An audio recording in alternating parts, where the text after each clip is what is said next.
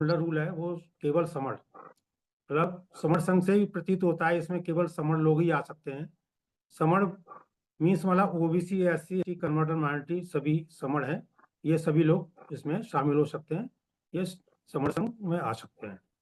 दूसरा जो रूल है वो चंदा कभी नहीं, समण संघ कभी भी सक्रिय सदस्यों से कभी भी पैसा नहीं लेगा, न पर्ची, न कूपन, न किसी प्रकार का अन्य पैसा लेगा।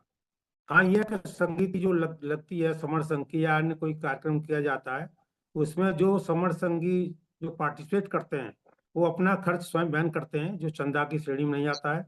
इसका मतलब समण संघ कभी चंदा नहीं लेगा। दूसरा, जाति का अभ्यास कभी नहीं, समण संघ की संगीतियों में या समण संघी हैं जो उनके व्यवहार में कभी भी जाति का प्रैक्टिस या अभ्यास प्रत्यक्ष या अप्रत्यक्ष रूप से नहीं किया जाता है, पूर्णतः निषेध है। केवल संघ समण संघ में केवल संवादी मन है, यहाँ राजवाद, रानीवाद, परिवार, अध्यक्षवाद, सचिववाद आदि सारे वादों का निषेध है। पांचवा है पद प्रतिष्ठा मंच काला कभी नहीं, समण संघ में पद प्रतिष्ठा मंच, माला, गमछा, पटका, टोपी, साफा, बुके, फूल पत्ती, निज फोटो, कटआउट सभी निषेध है। छठा है रजिस्ट्रेशन कभी नहीं, समण संघ का मालिकाना हक किसी व्यक्ति या व्यक्तियों के समूह को कभी नहीं, संघ का मालिक खुद संघ है, इसका पंजीकरण कभी नहीं होता है, बैंक अकाउंट भी नहीं है। संघ का आदेश सर्वोपरि, जिस पर आज मुझे विस्तृत से बताना है। आठवां, मतलब संघ कभी भी राजनीति में नहीं जाएगा, संघी चाहे तो राजनीति में जा सकता है, बेहतर होगा कि वह संघ को सूचित करे और उससे भी ज्यादा बेहतर हो कि वह संघ से अनुमोदित होकर के जाए। नमा, संगाति की कभी संघ में वापसी नहीं। 10वां, उपरोक्त जो 9 विनय संघ का आधार हैं कभी बदले नहीं जाएंगे, कभी खत्म नहीं किए जाएंगे, अमान्य नहीं किए जाएंगे। इस प्रकार ये 10 गोल्डन नियम हो गए। इसमें आज मुझे 7वें गोल्डन नियम पर बताना है, संघादेश से सबसे ऊपर।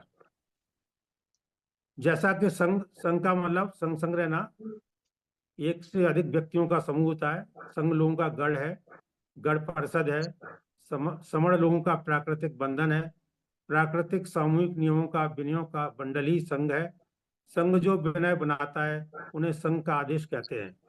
संघ का आदेश बनाने की प्रक्रिया है, इसके अंतर्गत संघ के सामने संघ के कार्य को बढ़ाने हेतु किसी सुझाव का प्रस्ताव किसी भी समण संघी जो स्पोक है द्वारा समण संघ के हाउस में रखा जाता है, उस पर चर्चा होती है, आवश्यक हो तो संशोधन होता है, प्रस्ताव पास होने पर संघ का आदेश बन जाता है। अब हम एक मतलब इसके संघ के आदेश का एक पुरातन और सर्वोत्तम उदाहरण की बात करेंगे।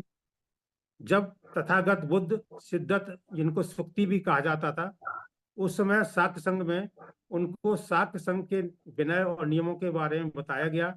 तदुपरांत उनके आग्रह पर, उनके विनय पर, उनके आग्रह पर उनको शाक्त संघ की सदस्यता दी गई। एक समय की बात है जब शाक्यों और कोलियों के मध्य युद्ध की स्थिति बन गई, जिस पर शाक्त संघ ने युद्ध करने का आदेश पारित हो गया, जिसको सिद्धार्थ गौतम ने युद्ध करने से मना कर दिया, जो मतलब संघ का एक उल्लंघन था, संघ के आदेशों का अवहेलना थी, जिस पर उनको 3 प्रकार के दंड दिए गए, जिसमें एक प्रकार का उन्होंने दंड को चुना। सिद्धार्थ ने गृह त्याग स्वीकार किया। सिद्धार्थ गौतम को हर घर बार, जमीन, पत्नी, बच्चे को छोड़कर जाना पड़ा।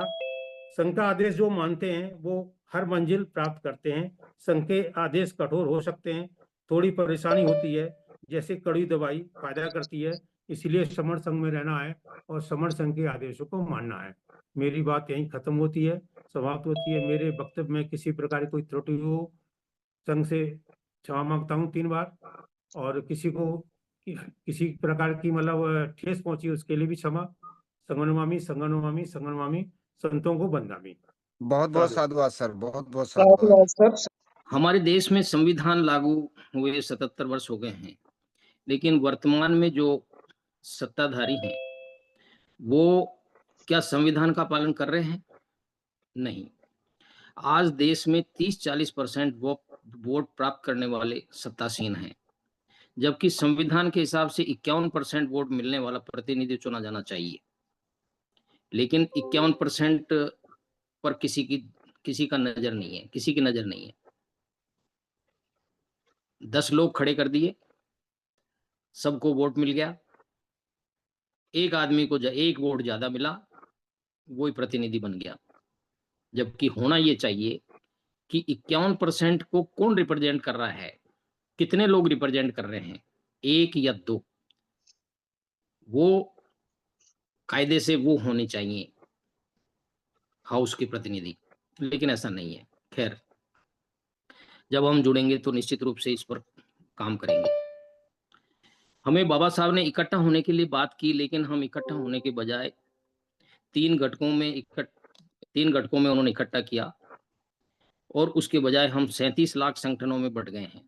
वैसे जनरली 29 लाख संगठन बोले जा रहे हैं, लेकिन आज की तारीख में ये संगठन 37 लाख रजिस्टर्ड हो गए हैं पूरे इंडिया के अंदर। पूरे भारत में रजिस्टर्ड जो संगठन है वो 37 लाख हैं, और इसमें एक्टिवली जो कार्य कर रहे हैं वो लगभग 4,000, मान लो 4,000 के आसपास मान लो, इतने संगठन है। तो मतलब हम 3 घटकों से, SC, ST, OBC और कन्वर्टेड माइनॉरिटी से हम जो है कितने में चले गए, 37 लाख, और 37 लाख से 4,000 में चले गए। अब सोचिए कि जब 4,000 में हम बट गए हैं तो क्या हम अपने आप को बचा पाएंगे, हमारे परिवार, हमारे बच्चों को बचा पाएंगे? नहीं, कतई नहीं, कतई नहीं, बिल्कुल नहीं। और हमको इसी तरह से दुख झेलना पड़ेगा। इन सब के बारे में अत्यंत चिंतित लोगों ने हम सब समणों को इकट्ठा करने का बेड़ा उठाया है।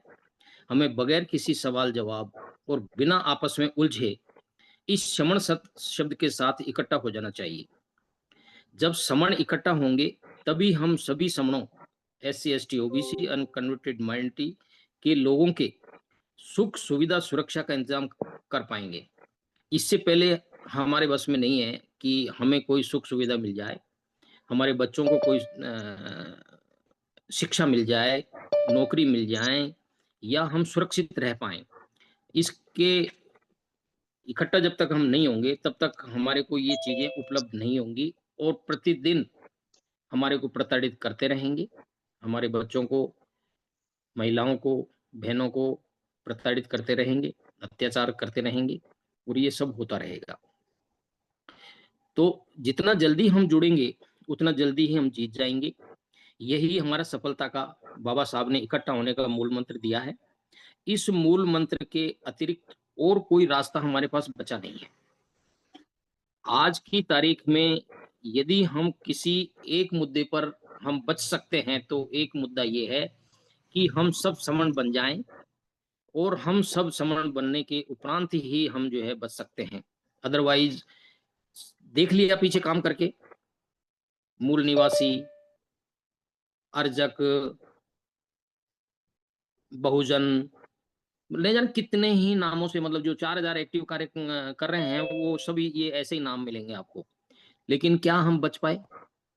77 साल में जो मूल हमारा संवैधानिक अधिकार थे वो भी नहीं बच पाए।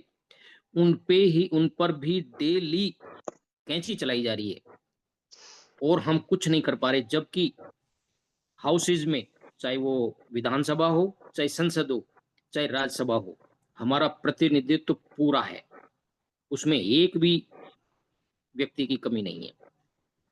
तो देख लीजिए, ये इतना सब होने के बाद भी हम मतलब जो है सुरक्षित नहीं है। तो सुरक्षित कब होंगे? जब हम सब लोग एक जगह जुड़ जाएंगे और वैचारिक रूप से हम तैयार होंगे और विचार देंगे। जैसे कि अभी हमारा समण संघ कैडर की तरफ भी जा रहा है, फिजिकल संगतियां लगती हैं, वहां एक एक आदमी को बोलने का मौका दिया जाता है, सवाल जवाब होते हैं और कैडराइज करते हैं। तो उनके सवाल जवाब होने के साथ ही उनके जो है क्लियरेंस आती है उनके अंदर, और वो जो उलझन है उनकी वो दूर होती है, और उनमें जुड़ने का एक जो है साहस पैदा होता है कि यस, हम जुड़ेंगे तभी जीतेंगे। तो जुड़ने में जो मूल बाधा है वो हमारे विचार का क्लियर नहीं होना है। तो हमको हमारी विचारधारा को क्लियर करना होगा, तो ही हम जब विचार हमारे क्लियर होंगे तो हम बिकेंगे भी नहीं, और बिकेंगे नहीं तो निश्चित रूप से हम गुलाम नहीं रहेंगे, ये तय है। यदि हम बिकेंगे तो निश्चित रूप से हमें, जब बिकने वाले के साथ क्या होता है पता ही है आपको, कि जो आदमी कोई चीज खरीद के ले जाता है तो वो उसका कुछ भी करे। तो जब हम बिकेंगे नहीं तो हम गुलाम नहीं होंगे, ये तय है।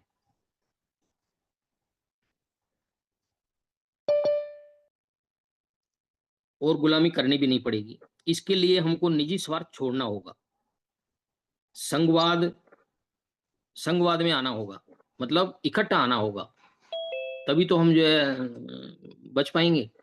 संघवाद में आना होगा और सभी के सुख सुविधा और सुरक्षा, तभी हम हमारी बचा पाएंगे।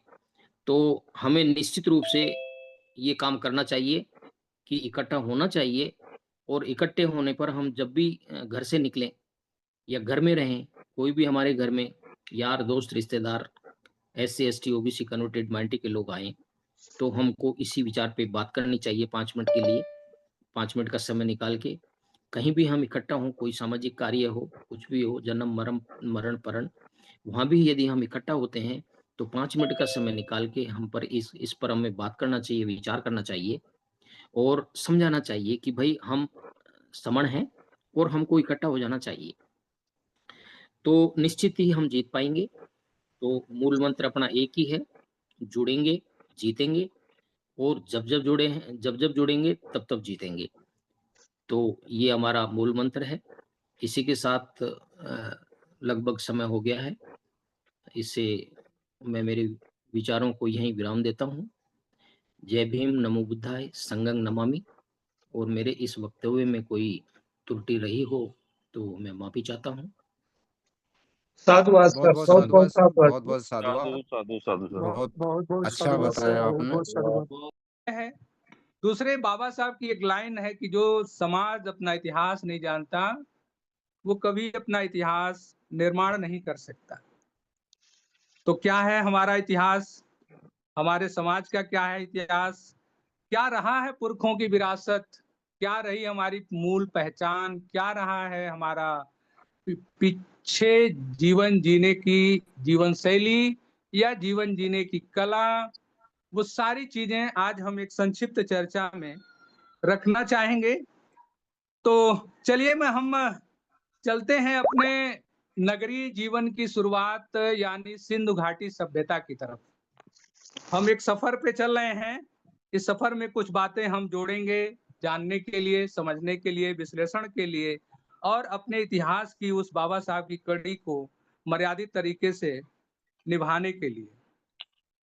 एक समय है 7वीं ईस्वी का, सिंधु घाटी की जब चर्चा करते हैं तो 7वीं सदी में पहली बार पंजाब प्रांत में कुछ ग्रामीण लोग मिट्टी की खुदाई कर रहे थे, तो उन्हें कुछ पकी हुई ईंटों की संरचना के आकार की ईंटें मिली। वो देख करके बड़ा प्रसन्नचित हुए कि ये पुरानी पकी हुई ईंटें क्या हैं। उनको लगा कि ऐसा कोई दैवी चमत्कार है, भगवान का चमत्कार है, और ये बहुत अमूल्य चीज है और इसको अपने निर्माण में अपने साथ रखने की जरूरत है, और लोग उसको अपने घर बनाने में अपने निकट रखने का काम वहीं से शुरू कर देते हैं। एक छोटी सी कड़ी 7वीं शताब्दी की है, बात छोटी 7वीं शताब्दी की है, लेकिन ये आगे कितना गई, कितना गैप इसमें हुआ, इसको जानने के लिए हमें आना पड़ता है 1826 ईस्वी में। 1826 ईस्वी हमारी चार्ल्स मैसन एक अंग्रेज थे जिन्होंने पहली बार सिंधु घाटी सभ्यता की तरफ ध्यान दिया। ध्यान क्या दिया कि वहां जो सिंधु घाटी सभ्यता थी, जो उसकी ऊंचाई थी, उसमें एक स्तूप आकार का एक बड़ा सा स्तूप था। उस स्तूप को देख करके उन्होंने कुछ आशा व्यक्त की कि ये कुछ पुरानी अवशेष है, और इस अवशेष को जानने की बात उन्होंने पहली बार 1826 में दर्ज की। लेकिन आगे ये बात और कब बढ़ी, 1826 के बाद फिर गैप हुआ। 1853 में जब अलेक्जेंडर कनिंघम साहब भारत की स्थितियां, भारत के राज्य में जब ये आए, तो ये भी इतिहास के बड़े प्रेमी थे और इन्होंने सिंधु घाटी सभ्यता का एक 1853 में सर्वे कर डाला। और जब 1853 में सर्वे किया तो 1856 में ही कराची से लाहौर के बीच में रेलवे लाइन का निर्माण हो रहा था। एक और घटना वहां से घटी थी 1856 में। उस रेलवे लाइन की कहानी बड़ी दिलचस्प है। जो लाहौर से कराची की तरफ रेल लाइन पटरी बिछ रही थी, उसमें जो बर्टन बंधु जो रेल अभियंता थे, एक बड़ा उनसे जानबूझ के गलती हुई या अनजाने में हुई, कैसे हुआ, उस रेल की पटरी के बिछाने में जो ईंट की जरूरत थी, जो पक्के मटेरियल्स की जरूरत थी, उसमें पाया गया कि 162 किलोमीटर में इन्होंने उस सिंधु घाटी के अवशेष ईंटों को 162 किलोमीटर की लंबाई में उन ईंटों को बिछा दिया।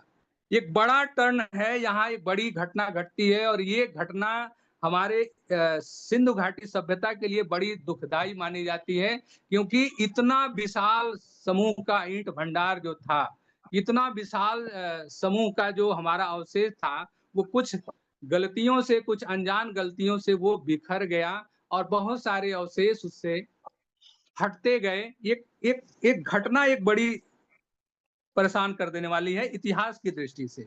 लेकिन आगे चलते हैं, हम आगे चलते हैं तो 1861 में अलेक्जेंडर कनिंघम के निर्देशन में भारतीय पुरातत्व विभाग की स्थापना होती है। एक बड़ा महत्वपूर्ण है भारतीय इतिहास में। अगर आप अपनी इतिहास की तरफ अगर कुछ भी जानना चाहेंगे तो ये 1861 अलेक्जेंडर कनिंघम का नाम आपके लिए बहुत ही महत्वपूर्ण हो जाता है।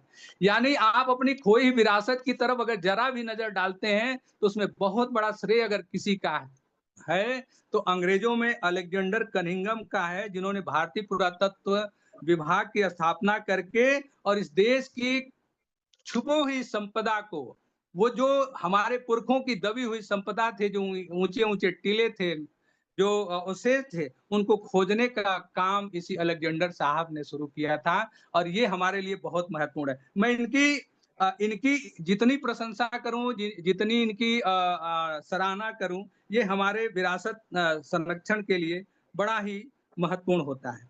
इसके बाद हम ये कहानी आगे बढ़ती है। 1861 के बाद जब भारतीय पुरातत्व विभाग आता है तो 1902 में लॉर्ड कर्जन द्वारा जॉन मार्शल को भारतीय पुरातत्व विभाग का महानिदेशक बनाया जाता है और इन्हीं के बनाए जाने के बाद 1921-22 की जो घटना है जनवरी महीने की, वो आती है, आपके सिंधु घाटी की खुदाई का समय शुरू होता है।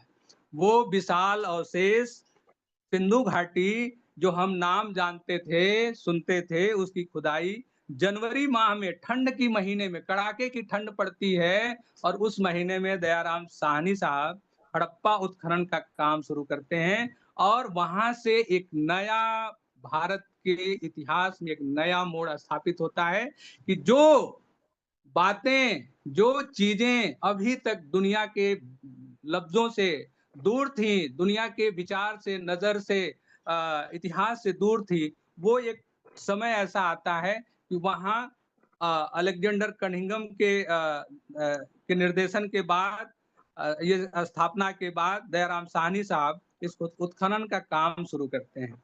हम उत्खनन के काम को अगर देखें, सिंधु घाटी का जैसे ही नाम लेते हैं तो वो हमारी बड़ी चौड़ी सड़कें, वो हमारे स्नानागार, वो हमारा स्तूप, वो हमारी उस समय की जो उसका समय काल है 3300 ईसा पूर्व से लेकर के 2600 ईसा पूर्व या कहें 1900 ईसा पूर्व तक, ये एक महत्वपूर्ण समय है कि ये 4000 ईसा पूर्व की जो नगर संरचना थी वो आपके सामने आती है 1921-22 में। 21-22 में इतिहास सामने आने लगता है और यहाँ जब स्थलों की, केंद्रों की खोज होती है तो पाया जाता है कि लगभग 1400 केंद्र हैं। ऐसे 1400 ऐसे केंद्र हैं। उन केंद्रों में अगर हम देखें तो लगभग भारत में 150 से ज्यादा केंद्र थे जो आजाद भारत के हिस्से में है। लेकिन खुदाई की दृष्टि से देखें तो कुल खोजों में जो 1400 की खोज है उसमें मात्र 3% ही खुदाई हो पाई। ये एक बड़ी चूक है, एक बड़ी कमी है। क्यों इतनी कमी रखी गई, इतनी खुदाइयां क्यों नहीं कराई गई, इसके पीछे एक बड़ा राज है। ये राज हम आगे चर्चा करेंगे, ध्यान में आएगा। लेकिन 3% ही खुदाई में खुदाई करने वालों ने बंद कर दिया। क्यों बंद कर दिया? एक कारण यह है कि जो खुदाई का अवशेष मिलने लगा वो देश के इतिहास को ही बदल दिया।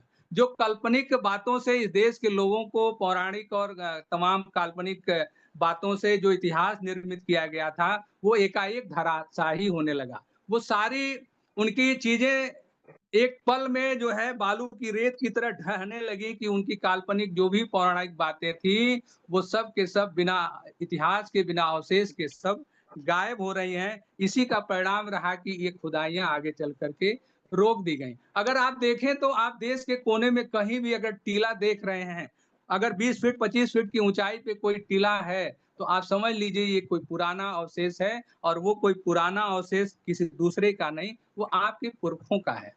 वो आपके पुरखों ने बनाया था, उसमें रहा था, जीवन जिया था और एक कुछ उच्च सभ्यता का निर्माण किया था। हम आते हैं एक तरफ इस तरफ कि संसार में बहुत सारी सभ्यताएं विकसित हुई और उन सभ्यताओं का विकास जो है अपने अपने स्तर पे हुआ।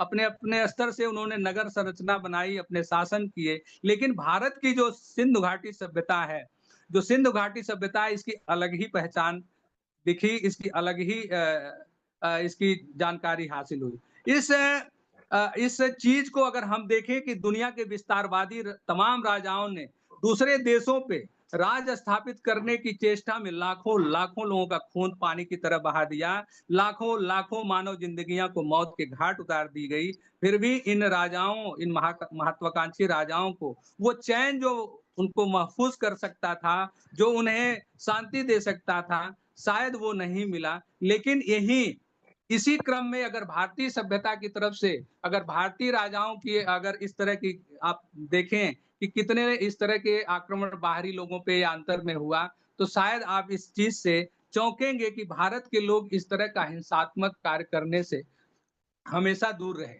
क्यों दूर रहे? उसकी थाती में ही जो है अलग एक पहचान थी, उसकी सभ्यता में ही शांति थी, उसकी सभ्यता में ही इतना करुणा मैत्री का जीवन शैली थी कि आप सिंधु घाटी की खुदाई के जब अवशेष देखते हैं, उसके जितने चीजें पाते हैं, तो उसमें पशुओं से प्रेम है, प्रकृति से प्रेम है, नगरों से प्रेम है, ईंट पत्थरों से प्रेम है। उस सभी को सजाते संवारते हैं और आप पाते हैं कि उस खुदाई में कहीं भी जौ मिला, मक्के की खेती, जौ की खेती, धान की खेती, ये सब मिली, लेकिन वो हथियार, वो भाले, वो तलवारें जिनसे देश दूसरे लोगों की हत्या की जाती थी वो नहीं मिले। औजार मिले, कांस्य युग था, औजार मिला, औजारों से जो हमारे निर्माण हुए वो मिले, लेकिन वो भाले बर्छे जो हिंसात्मक हथियार थे वो हमारे अवशेषों में नहीं रहे। तो एक बड़ी दिलचस्प बात यहाँ निकल के आती है कि ये घटना, ये इतिहास का ये परत, ये इतिहास की ये जानकारी उतनी विस्तृत तरीके से हमारे बीच में नहीं आई जितनी तरीके से तमाम काल्पनिक बातें आ गई हमारे बीच में, जो अननेसेसरी थी, जो प्रमाण में थी ही नहीं, जिनकी जीवन में कोई उपयोगिता ही नहीं थी, जिनका न कोई मृदभांड था, न कोई अवशेष था, न कोई शिलालेख था, कुछ भी नहीं था। लेकिन वो चीजें हमारे जीवन में ऐसे उतारी गई, ऐसे परोसी गई, वो किताबों से हो, वो चाहे सुबह शाम की प्रार्थना से हो, चाहे जैसे हो, वो तमाम माइकों से चिल्लाने की हो, वो सारी काल्पनिक बातें हमारे बीच में गढ़ी गई। लेकिन दुर्भाग्य है कि जो सभ्यता दुनिया की सभ्यताओं में बेशुमार हैसियत रखती थी, बेशुमार अपनी पहचान रखती थी, बेशुमार अपनी प्राकृतिक संपदा का व्यापार करने लोथल बंगा के नाम से जानी जाती थी, वो सिरे से ही गायब हो गई। अगर आई भी, अगर उसकी चर्चा भी आई तो उन पौराणिक कथाओं से जोड़ दी गई जो उसकी मूल पहचान को छिपाने और धूर्तता के साथ इतिहास को परोसने का एक षड्यंत्र देश में दिखता है, स्पष्ट दिखता है। जो इतिहास के छात्र होंगे शायद वो ये सोचेंगे कि ये बातें हैं कहाँ, लिखी कहाँ है। तो सही बात है, जो दुश्मन होता है बड़ी चालाकी से सारी चीजों को मिटाता है, उसका नामकरण चेंज कर देता है, और एक समय के बाद अगर समय का बहुत बड़ा गैप होता है तो वास्तव में वो सच्चाई आपके सामने से वो हट जाती है, और वास्तव में जो मिलावट की सच्चाई है, जो मिलावट का चाल है, वो हमारे सामने रहे। लेकिन एक खास बात है, एक खास बात इसमें यह है कि ये अवशेष, ये चीजें उस दौर में आई जब भारत में अंग्रेजों का शासन था। आप देखेंगे कि भारत में शासन तो बहुत हुआ, लेकिन मुगलों का शासन आप लीजिए, डच, पुर्तगाली तमाम होड़ आर्य आए, सबके शासन या सबकी प्रभाव देश में रहा, लेकिन अंग्रेजों के आने के बाद देश में एक नया परिवर्तन दिखता है। जैसा मैंने अलेक्जेंडर कनिंघम का नाम लिया, जॉन मार्शल का नाम लिया, ये सब ऐसे विद्वान थे कि जो देश में भारत में शासन ही नहीं कर रहे थे, बल्कि भारत की प्राकृतिक संपदा, भारत की सामाजिक संरचना, भारत की न्यायिक व्यवस्था में भी इनका बड़ा हस्तक्षेप था, बड़ा इनका दखल थी, जो परिवर्तन का रूप लेती है। हम आते हैं अपने थोड़ा सा इतिहास की और जो कड़ी है मैं जोड़ देना चाहता हूं कि 1921 के बाद जो सिंधु घाटी है उसमें आपको जो अवशेष मिलते हैं, उस अवशेषों में चाहे वो स्नानागार है, चाहे वो बैल है, चाहे रथ है, चाहे घोड़े हैं, चाहे हाथी है, चाहे शेर है, चाहे हिरण है, चाहे 6 तिलियों का धम्मचक्र है, चाहे स्वास्तिक है, तमाम ऐसे चीजें मिलती हैं। और यही नहीं, 4000 से ज्यादा उसमें चित्रलिपि यानी अभिलेख मिलते हैं। वो अलग बात है कि सिंधु घाटी के अभिलेख लिपियां हम नहीं पढ़ पाए, क्योंकि वो सेंटेंस थोड़ा छोटे हैं। उनका जो सेंटेंस बनता है वो थोड़ा छोटा है, यानी अक्षरों का बार बार रिपीटेशन नहीं होता है। और पुरानी अक्षरों को पढ़ने में यही एक सहूलियत होती है कि जब अक्षरों का बार बार रिपीटेशन होगा, वो लेख थोड़ा लंबे होंगे, तो उन अक्षरों को पकड़ने में इतिहासकारों को आसानी होती है। लेकिन फिर भी जो प्रखर इतिहासकार हुए, जो वास्तव में इतिहास को इतिहास की दृष्टि देख रहे थे, उन्होंने खोजा तो पाया कि जो सम्राट अशोक का शिलालेख है, उस शिलालेखों में जो अक्षरें हैं, उसकी दर्जनों से ज्यादा अक्षरें सिंधु घाटी सभ्यता से मैच करती हैं, एकदम हूबहू मिलती हैं। तो ये पता चलता है कि जो सम्राट अशोक के जो अभिलेख हैं, जो उनकी लेखन कला है, वो अचानक नहीं विकसित हुई, वो धीरे धीरे सिंधु घाटी सभ्यता से ही विकसित होती है, क्योंकि उसका क्रमिक एक प्रमाण मिल रहा है। और क्रमिक प्रमाण के तौर पे अगर हम ये बात और कर लें कि सम्राट अशोक के शिलाओं पे जो जो सिंबल हैं, चाहे वो हिरण का लीजिए, चाहे हाथी का लीजिए, चाहे बैल का लीजिए, चाहे घोड़े का लीजिए, वो सारे सिंबल जो है सिंधु घाटी में विद्यमान है। वो सारे चीजें वहां से आती हुई विकसित होती हुई दिखती हैं। यानी जो शेर सम्राट अशोक के शिलाओं पे है, वही शेर सिंधु घाटी में भी है। यानी जो कुबड़दार बैल जिसकी लर लंबी है, सींग लंबी है, जिसके गर्दन कुबड़दार है, वो शेर सम्राट अशोक के जो बैल जो सम्राट अशोक के शिला पे है, वही बैल आपके सिंधु घाटी में भी है। तो वो सिंधु घाटी कि जो सिंबल है, जो हमारी मोहरे हैं, जो हमारे अभिलेख हैं, जो हमारे मृदभांड हैं, जो उस पे पीपल के पत्तों के निशान है, 6 आरे तिलियों का निशान है, स्वास्तिक का निशान है, वो सारा का सारा सम्राट अशोक के होते हुए भारत में आगे बढ़ता है। वो ऐसा नहीं है कि क्रमिक आता है। आप इतिहास के जो आहत मुद्राएं हैं, आप बिम्बिसार से लेकर के तमाम 16 महाजनपदों की जो आहत मुद्राएं हैं, नाग राजाओं की जो आहत मुद्राएं हैं, आप देखेंगे कि तमाम नाग राजाओं ने कुबड़दार बैल के सिक्के चलाए, तमाम नाग राजाओं ने चक्र के सिक्के चलाए। तो ये सिक्के जो सिंधु घाटी में 6 आरे के तिली का था, वही भगवान बुद्ध के समय में कितना हुआ, 8 तिली का हो गया। 8 तिली का एक क्रमिक विकास है। इसलिए जो क्रम जुड़ता है, जो इतिहास में हमारा सिंधु घाटी से नाता जुड़ता है, वो क्रमिक जुड़ता हुआ होता है, विकास के क्रम में दिखता होता है, ये कोई अचानक नहीं आता है। तो ये बात जब हम इस तरह से पाते हैं, तो हम एक पुस्तक की तरफ आपका ध्यान आकर्षित करेंगे कि स्वप्न कुमार विश्वास नाम के एक इतिहासकार हैं। इन्होंने बौद्ध धर्म, मोहनजोदड़ो, हड़प्पा नगरों का धर्म नामक एक पुस्तक लिखी। ये पुस्तक अपने आप में नाम से आपके बीच में चर्चित हो जानी चाहिए कि बौद्ध धर्म, मोहनजोदड़ो, हड़प्पा नगरों का धर्म। अभी तक हम हड़प्पा या मोहनजोदड़ो या सिंधु घाटी सभ्यता के नाम से जो आप बात कर रहे थे, वो बात सीधे सीधे इतिहासकार ये बताते हैं कि ये सिंधु घाटी की सभ्यता नहीं है, ये बौद्धों की सभ्यता है। ये बौद्धों का नगर अवशेष है, ये बौद्धों की समृद्धि का केंद्र है। इसे सिर्फ सिंधु नाम दे करके जो छिपाया गया, वो ये छिपा दिया गया कि बौद्धों की मूल विरासत से इनका सीधा संबंध न जुड़ पाए। लेकिन इतिहास होता है, वो कल्पना नहीं होता है, वो कल्पना का महल नहीं होता है जो थोड़ा सा पानी बह जाने पे या थोड़ी सी हवा बह जाने पे वो ढह जाए। वो पत्थरों पे आज भी विद्यमान है, वो शिलाओं पे आज भी विद्यमान है। वो जो बौद्ध धर्म की जो सिंबल है चक्र का, वो सिंबल सिंधु घाटी में है। बौद्ध धर्म का जो हिरण सिंबल है वो सिंधु घाटी में है। बौद्ध धर्म का हाथी जो सिंबल है वो सिंधु घाटी में है। तो कितने दर्जनों सैकड़ों उदाहरण जो आप लेंगे बौद्ध धर्म के अवशेष के रूप में, वही सिंबल, तमाम सिंबल, पीपल की वृक्ष की पूजा वो सिंधु घाटी में है, वो बुद्ध में ही नहीं है, वो सिंधु घाटी में भी है। मृत भांडों पे पीपल के पत्तों के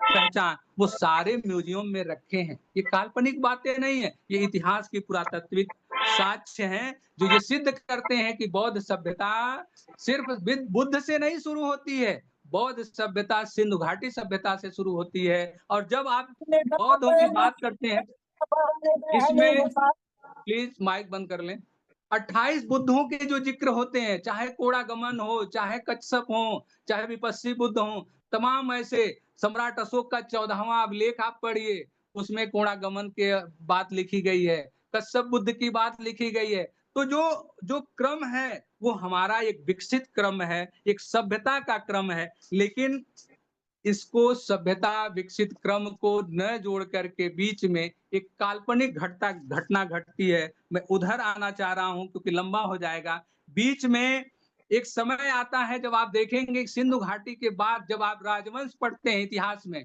तो राजवंश में 16 महाजनपद आते हैं। 16 महाजनपद में जो अंग, मगध, काशी, कौशल, बुद्ध के अंगुत्तर निकाय में जो बात आती है 16 गणराज्यों की, वो चर्चा जब मिलती है तो उसके अवशेष भी मिलते हैं। 543-44 ईसा पूर्व का जो समय काल है, वो पहला राजवंश स्थापित होता है, हर्यक नागवंश।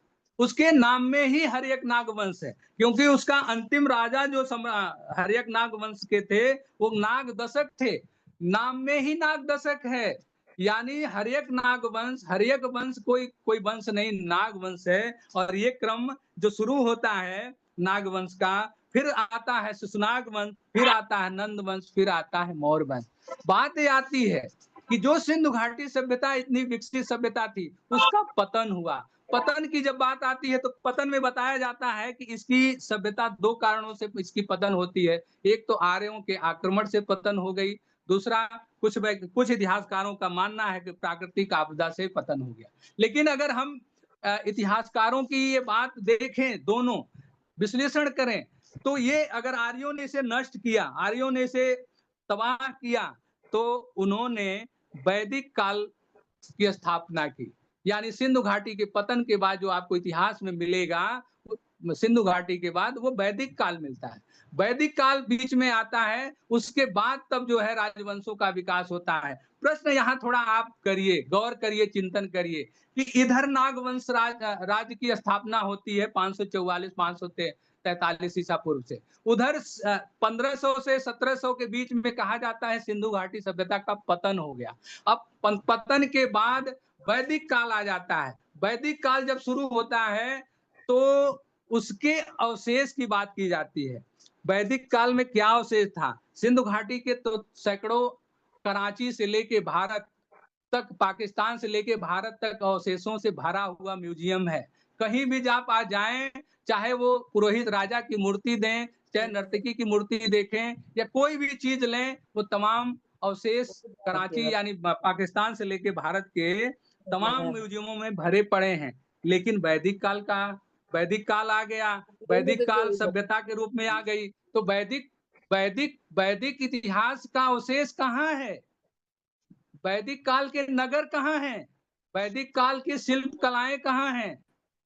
तो पाएंगे कि जब ये सारे प्रश्न खड़े होते हैं कि वैदिक काल का अवशेष कहाँ है, उनकी लिपियां, मृत भांड कहाँ है, तो वो बताने लगते हैं कि वैदिक काल एक झोपड़पट्टी सभ्यता थी। प्रश्न ये खड़ा होता है कि जब आपकी झोपड़पट्टी व्यवस्था की बात कर रहे हैं, उधर आप ये कहते हैं कि आर्यों ने सिंधु घाटी को नष्ट किया, तो बात ये दिलचस्प है कि जब आर्यों ने नगरी सभ्यता को नष्ट किया, तो नगरी सभ्यता को आप कहीं देख सकते हैं कि जो महल को जीता हो, वो महल को जीतने के बाद जाके झोपड़पट्टी में रहने लगे? ये कैसे होगा कि जो नगरी व्यवस्था थी, जो लेखन कला में विकसित थी, जो शिल्प कला में विकसित थी, वो अचानक आकर के झोपड़पट्टी में बदल जाती है। अरे सभ्यता का विकास आगे की तरफ होता है, यानी झोपड़पट्टी होगी, फिर कच्चे मकान होंगे, फिर पक्के मकान होंगे, फिर तल पे तल मकान होंगे। इस तरह से सभ्यता का विकास होता है। ऐसा नहीं होता है कि नगरी जीवन के बाद हम झोपड़पट्टी में आ जाएंगे। इसका कारण ये रहा कि जब अवशेष नहीं दे पाए, तो उन्होंने चालाकी से इसको झोपड़पट्टी व्यवस्था का घोषणा कर दी, ताकि हमें वो शिला, वो मृदभांड, वो अवशेष देने की ही बात न करें। लेकिन इन्होंने पुराणों में बहुत खेल खेला, लेकिन पुराणों में खेल खेला, ऋग्वेद के काल के नाम से खेला, लेकिन जो हमारी KR विधि है, जो पोटेशियम आर्गन मापन की जो विधि है, उनमें इनके कोई ऐसे अवशेष नहीं मिलते जो इस विधि से नापा जा सके। ना ही इनके रेडियो कार्बन विधि से वैदिक काल के उनके तमाम जो उनके चित्रण हैं, जो उनकी बातें हैं, वो मापी जा सके, उन्हें देखी जा सकते हैं, क्योंकि उन अवशेषों के जीवाश्म है ही नहीं है, कहीं नहीं है। उन जीवाश्मों को नहीं पा सकते आप। जब नहीं पा सकते, तो ये तो कार्बन डेटा 1,50,000 वर्ष की बात को भी माप लेता है। आखिर में आपने पृथ्वी के जो पुराने जीव जंतु हुए, जिसमें डायनासोर्स हुआ, उसके जीवाश्म ही तो आपने जाना कि यहाँ जीवाश्म थी। तो आपके जीवाश्म कहाँ गए? आपके लोग कहाँ गए? किस हवा में उड़ गए? कहाँ चले गए? तो ये सिद्ध करता है कि आपने चालाकी से सिंधु घाटी के बाद प्राचीन होने का दावा करने के बहाने आपने वैदिक काल को यहाँ लाके घुसेड़ दिया, क्योंकि जो क्रमिक विकास है वो तो वैदिक काल के सिंधु घाटी सभ्यता के बाद सीधा सीधा आते हुए विकसित अवस्था में जाता हुआ हमारा 16 महाजनपद है, जिसमें हम अंग, मगध, काशी, कौशल, बद्र, चेत, इन सब की बात करते हैं। हम अपने गणराज्य के विकास की बात करते हैं, लेकिन आप बीच में घुसते हैं।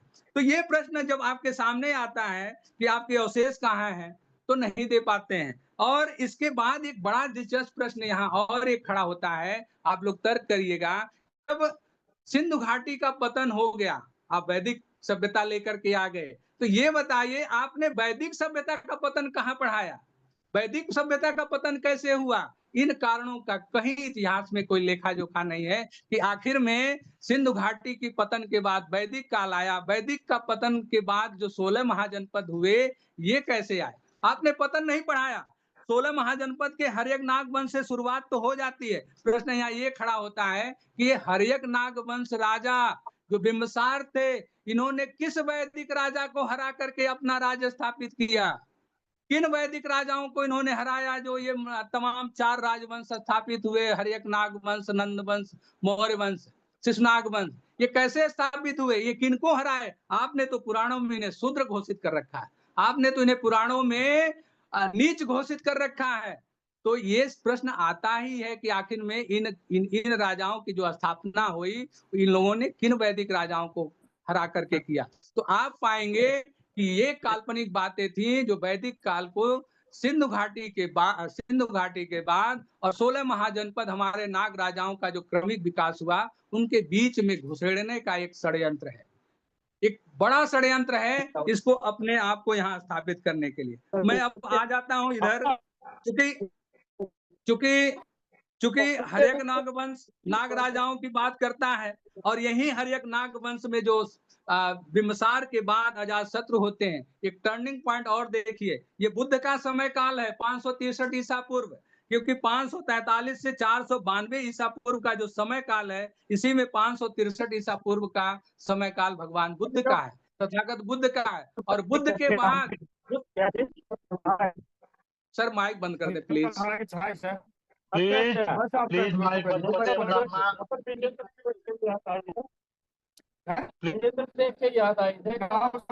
जारी करें जी। इसके बाद जो होता है घटना, वहां भगवान बुद्ध का पहला जो बौद्ध संगीति हो अजातशत्रु के द्वारा होती है।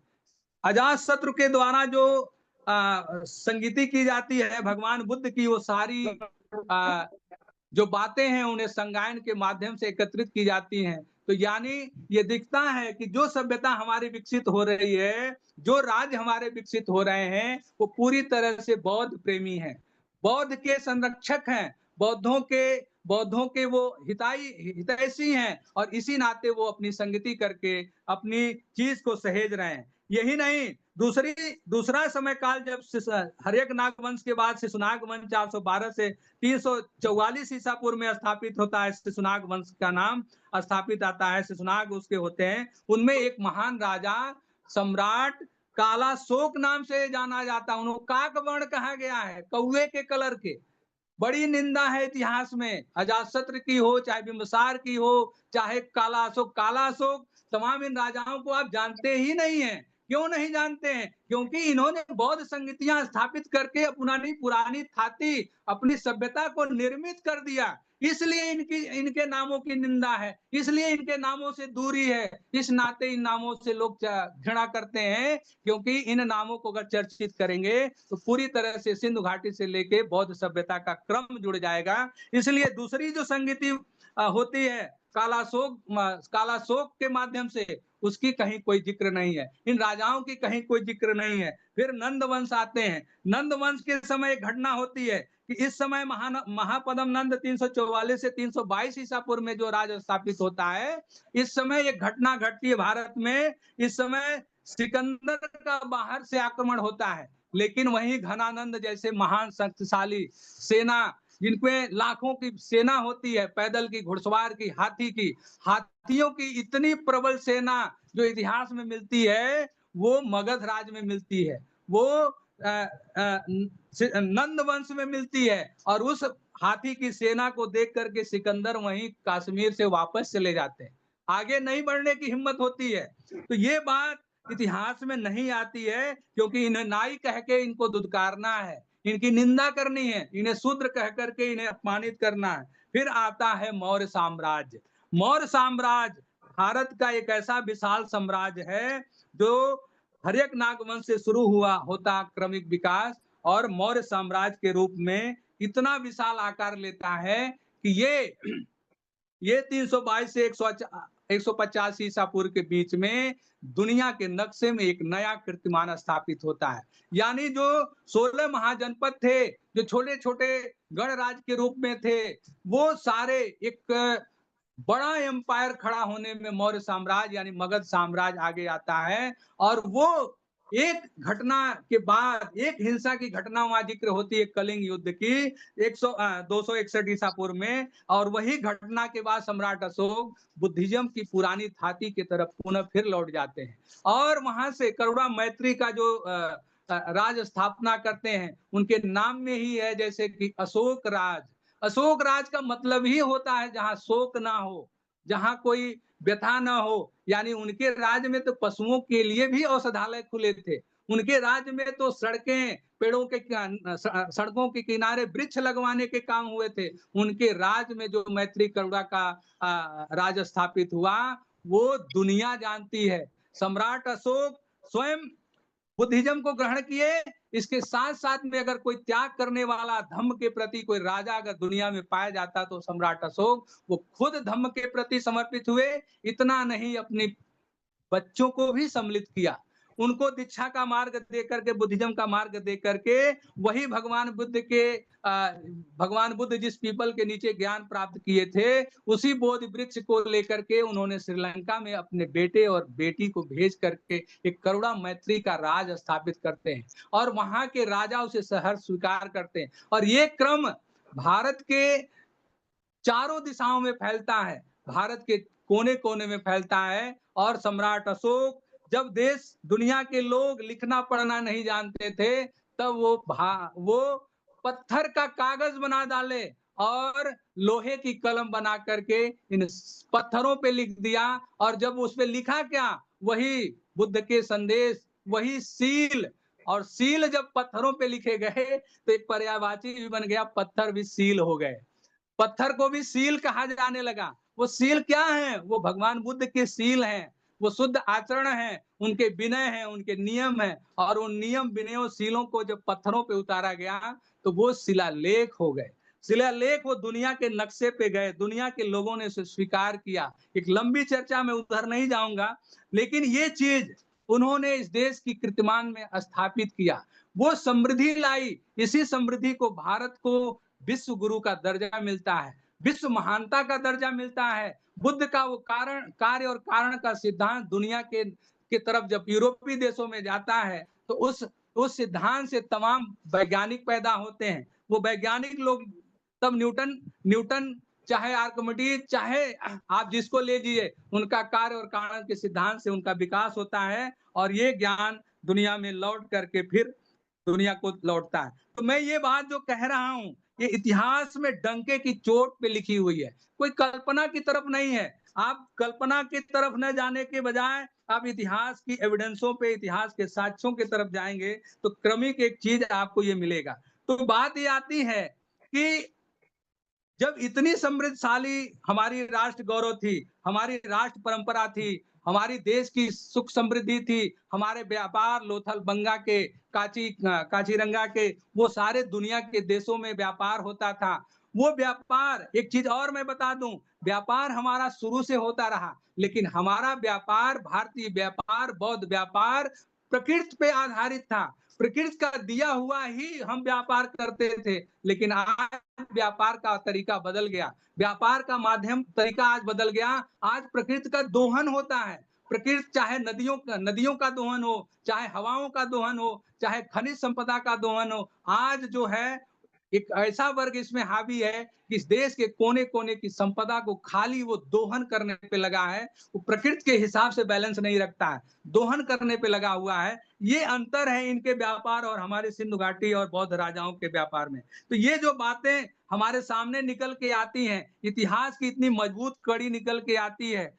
अब हम क्यों न गर्व करें कि हम इतने प्राचीन समण लोग, इतने प्राचीन हमारी सभ्यता, इतनी हुनरमंद, इतनी कला कौशल समृद्धशाली सभ्यता जो दुनिया में जानी जाती थी, पहचानी जाती थी, वो आकर के एकाएक शिक्षा और संपत्ति से नेस्तानाबूद हो जाती है। जो इस देश में बड़े बड़े 18 से ज्यादा विश्वविद्यालय पाए जाते हैं, वो तक्षशिला, तक्ष राजाओं द्वारा स्थापित किया, वो विक्रमशिला, वो चाहे नालंदा, जो बड़े बड़े विश्व केंद्र थे, दुनिया को ज्ञान देने का जो केंद्र था, अचानक इस देश से तबाह हो जाता है। कोई शिक्षा केंद्र क्यों ढाना चाहेगा? कोई शिक्षा केंद्रों में रखी वो लाखों पुस्तकें क्यों जलाना चाहेगा? जो शिक्षा का प्रेमी होगा, जो न्याय का प्रेमी होगा, वो जो किसी करुणा मैत्री का प्रेमी होगा, वो इन अवशेषों को क्यों जलाना चाहेगा? तो ये बात निकल के आती है कि वो न्याय प्रेमी लोग नहीं थे, वो हिंसक बर्बक जातियां जब भारत में ईरानी के नाम से, आर्य के नाम से प्रवेश करती हैं, तो वो देश में एकदम तबाही पैदा कर देती हैं। भूकंप तो एक नेचुरल घटना है, लेकिन ये ऐसी तबाही करती हैं कि देश के कोने कोने में स्थापित हमारी बौद्ध कला की सभ्यता, हमारे अवशेष, वो हमारे चाहे नगर हों, वो चाहे शिक्षा के केंद्र हों, धीरे धीरे तबाह होने लगते हैं। वो तबाही चलती चलती एक स्थिति आती है कि इस देश के जो लोग राजा थे, जो इस देश के लोग ज्ञान से परिपूर्ण थे, शिक्षा की जद्दोजहद में तब्दील हो जाते हैं, शिक्षा के अभाव में पशु के समान हो जाते हैं। और ये व्यवस्था हमारे सामने एक समय के बाद स्थापित की जाती है।